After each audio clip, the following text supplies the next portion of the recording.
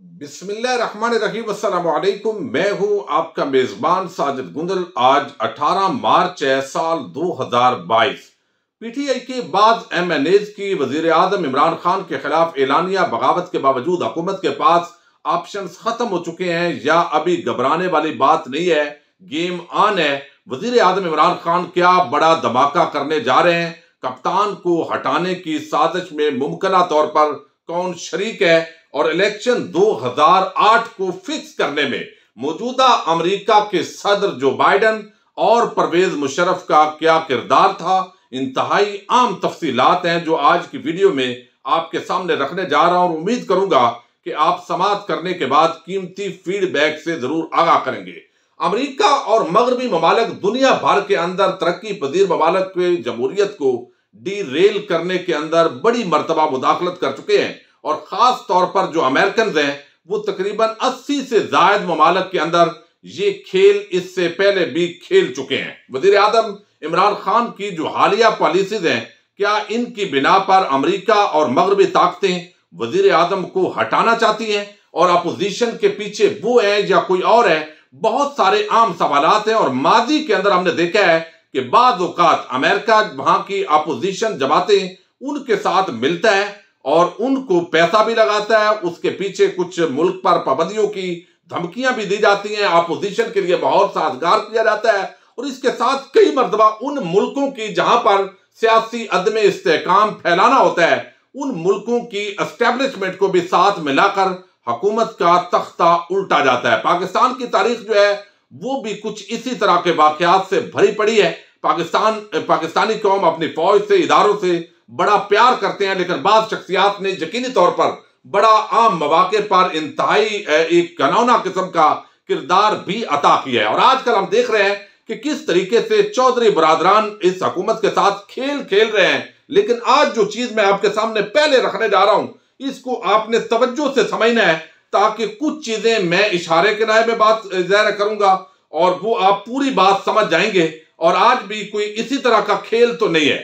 चौधरी शुजात हुसैन ने अपनी किताब सच तो ये है, इसके अंदर उन्होंने बाब नंबर 20 पर वो एक हेडिंग लाए हैं कि इलेक्शन 2008 फिक्स हो चुका था। आपको इल्म है बेनजीर के साथ एनआरओ हो चुका, वो वतन वापस आ गई और उसके बाद चौधरियों को और काफ लीग को तोड़ना था। दोबारा लोग नून लीग की तरफ गए और इन लोगों को यहां पर हराया गया और इस हराने के पीछे दरअसल अमेरिका था, ये चौधरी शुजात हुसैन ने बताया। उनके साथ पाकिस्तान की जो आम शख्सियात हैं, परवेज मुशर्रफ और पाकिस्तानी मुमकिन तौर पर एस्टेब्लिशमेंट अमेरिका के साथ मिलकर अब चौधरियों को हटा रही थी। ये चौधरी शुजात हुसैन का कहना है। ये थोड़ा सा इक्तबास आपके सामने रखूंगा तो मौजूदा सूरत हाल को भी कुछ चीजों के अंदर हम समझने की कोशिश करेंगे, क्या आम स्टेटमेंट्स आ रही हैं और इस वक्त आगे जो है वो क्या हो सकता है।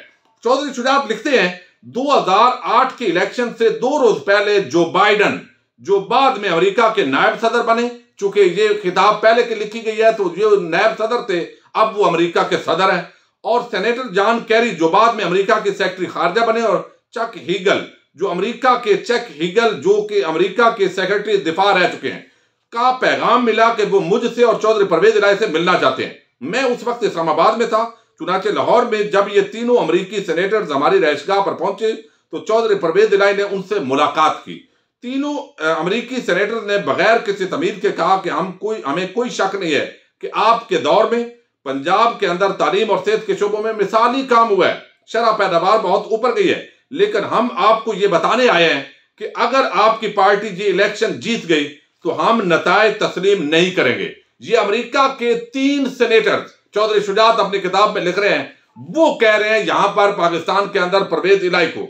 अमेरिकी सेनेटर जो है उन्होंने एक अजीब तरीके से ये खेल खेला और वो कहते हैं कि गिनती से पहले जब ये इलेक्शन 2018 के हुए तो उस वक्त अभी गिनती जारी थी और परवेज मुशर्रफ की कॉल आई और परवेज मुशर्रफ का टेलीफोन आया और कहने लगे चौधरी साहब आपको 35-40 नशिस्तें मिलें तो आप नताइज तस्लीम कर लीजिएगा, कोई एतराज ना कीजिएगा। मैंने कहा ये आप कैसी बात कर रहे हैं, अभी तो गिनती भी शुरू नहीं हुई और आपने फैसला सुना दिया है। हमें मुख्तलिफ जराए से ये इतलात मिल रही थी कि इलेक्शन को क्रेडिबिलिटी देने के नाम पर हमारे 25-30 बड़े नामों को इलेक्शन में हराने का मंसूबा बन चुका है। मेरा नाम शुरू में इस फहरिस्त में शामिल नहीं था मगर आखिर में मेरा नाम भी शामिल कर लिया गया। इस तरह बलूचिस्तान और बाकी जगहों पर भी हमारी पार्टी को हराया गया। तो ये खुद चौधरी शुजात वो लिख रहे हैं कि अमेरिका किस तरह पाकिस्तान के अंदर एनआरओ बेनजीर भुट्टो को दिया गया और फिर ये खेल जो है वो खेला जाता रहा। अब एक बड़ी आम डेवलपमेंट है और वो ये कि वजीर आजम ने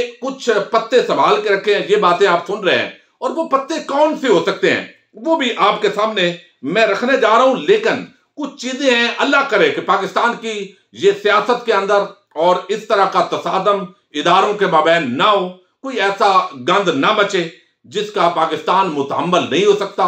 खुश असलूबी के साथ ये तमाम मामलात जो है वो तय पा जाए, वरना मुझे जिस तरह की समझ आ रही है इस पूरे मामले की, अल्लाह करे मैं गलत हूं, लेकिन वो एक बड़े टकराव की कैफियत पैदा होने जा रही है और वजीर आजम इमरान खान एक बड़ी असूली जंग लड़ने जा रहे हैं और पाकिस्तानी कौम के सामने बड़े आम हकायक जो है वो आने वाले दिनों के अंदर साइज को रखने जा रहे हैं। अब इसके अंदर मैं आपको बताऊं कि बड़े बड़े शामिल हो सकते हैं। अब ये चौधरी फवाद हुसैन ने एक ट्वीट किया है, ये ट्वीट बड़ा मानी खेद है। पहले ये आपके सामने रखता हूं। वो उन्होंने राहत अंदोई जो है वो आपको इल्म है इंडिया के बड़े आम शायर हैं, उनकी वो नज़म लिखी है। वो कहते हैं कि अगर खिलाफ हैं होने दो, जान थोड़ी है, ये सब धुआं है कोई आसमां थोड़ी है, लगेगी आग तो आएंगे घर कई जद में। ये बड़ा मानी खेज शेर है उनका। लगेगी आग तो आएंगे घर कई जद में, यहां ये सिर्फ हमारा मकान थोड़ी है।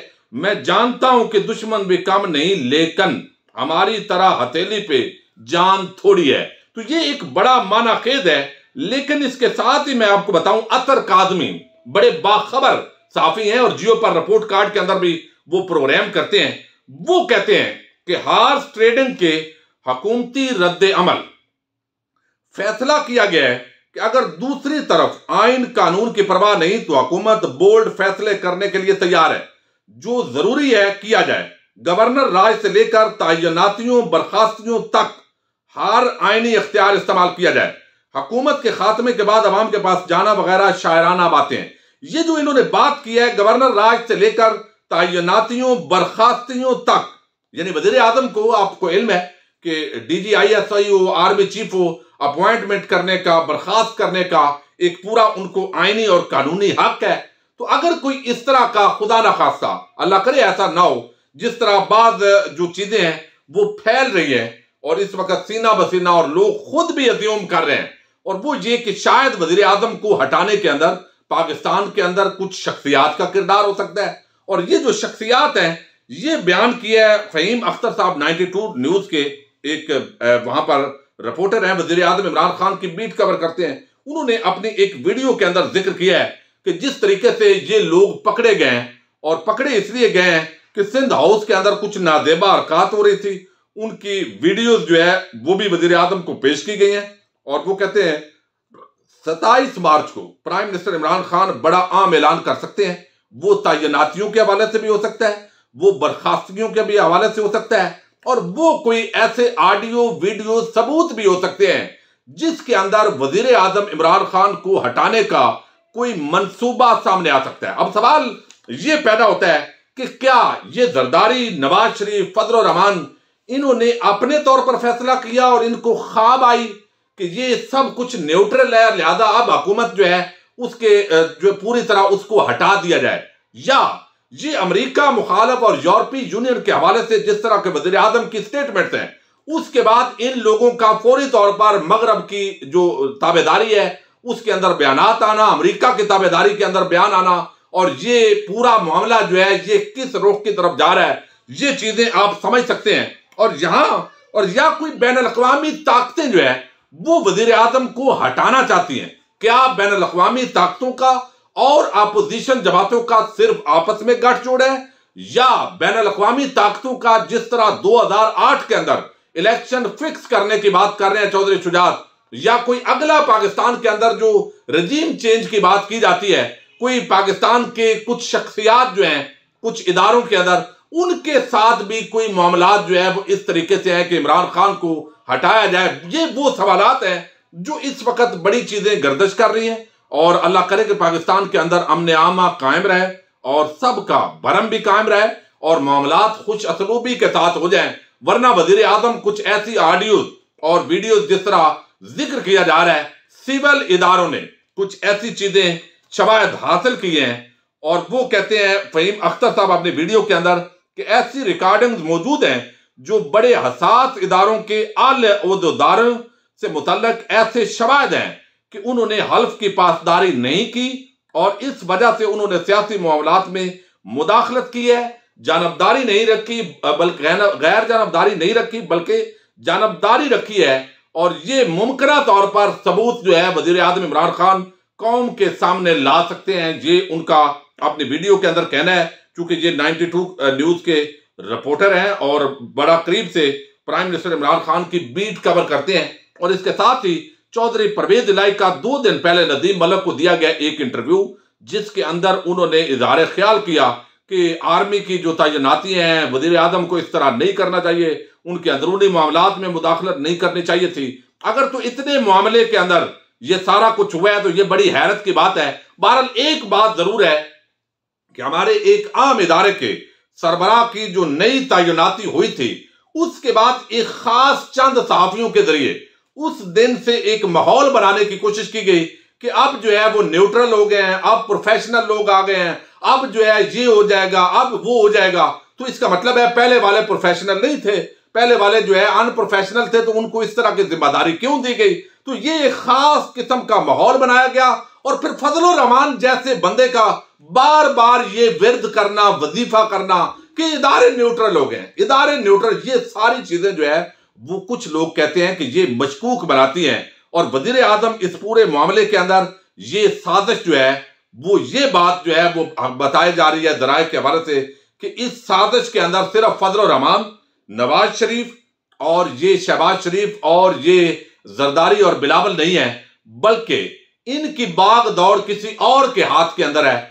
और वो अब किसके हाथ में है, इस हवाले से वजीर आजम इमरान खान के हाथ में गेम है। आप यूं समझिए कि जैसे कहते हैं तोते की जान जो है अभी भी वजीर आजम के हाथ में है, और अगर उन्होंने कोई ऐसा फैसला कर लिया और मामलात हैंडल ना हुए तो ऐसा लगता है कि 27 मार्च का जो जलसा है उसके अंदर बड़े जो पर्दे हैं, बड़े राजों से जो है वो अब पर्दे उठने जा रहे हैं। और अल्लाह करे कि पाकिस्तान के मफाद के अंदर ये चीजें बेहतर हों और अवाम अपने इदारों से ज़ाहिर प्यार करती है और जो शख्सियात हैं उनका भी अदब और एहतराम करती है, और ये एहतराम बरकरार रहे। और किसी तरह की जो साजिशी थ्योरी इस वक्त सामने आ रही हैं और जिस तरीके से कुछ चीजें इंतहाई अजीब किस्म की खबरें आ रही हैं, तो ये पाकिस्तान के लिए जो है वो मुनासिब नहीं होगा। और यकीनी तौर पर इमरान खान अपनी आखिरी गेंद तक वो जो कहते हैं मैं जंग करूंगा, उसके पीछे कुछ ऐसी ही चीजें हैं। अपने मेजबान साजिद गुंदल को नेक्स्ट वीडियो तक के लिए इजाजत दीजिए। अल्लाह हाफिज।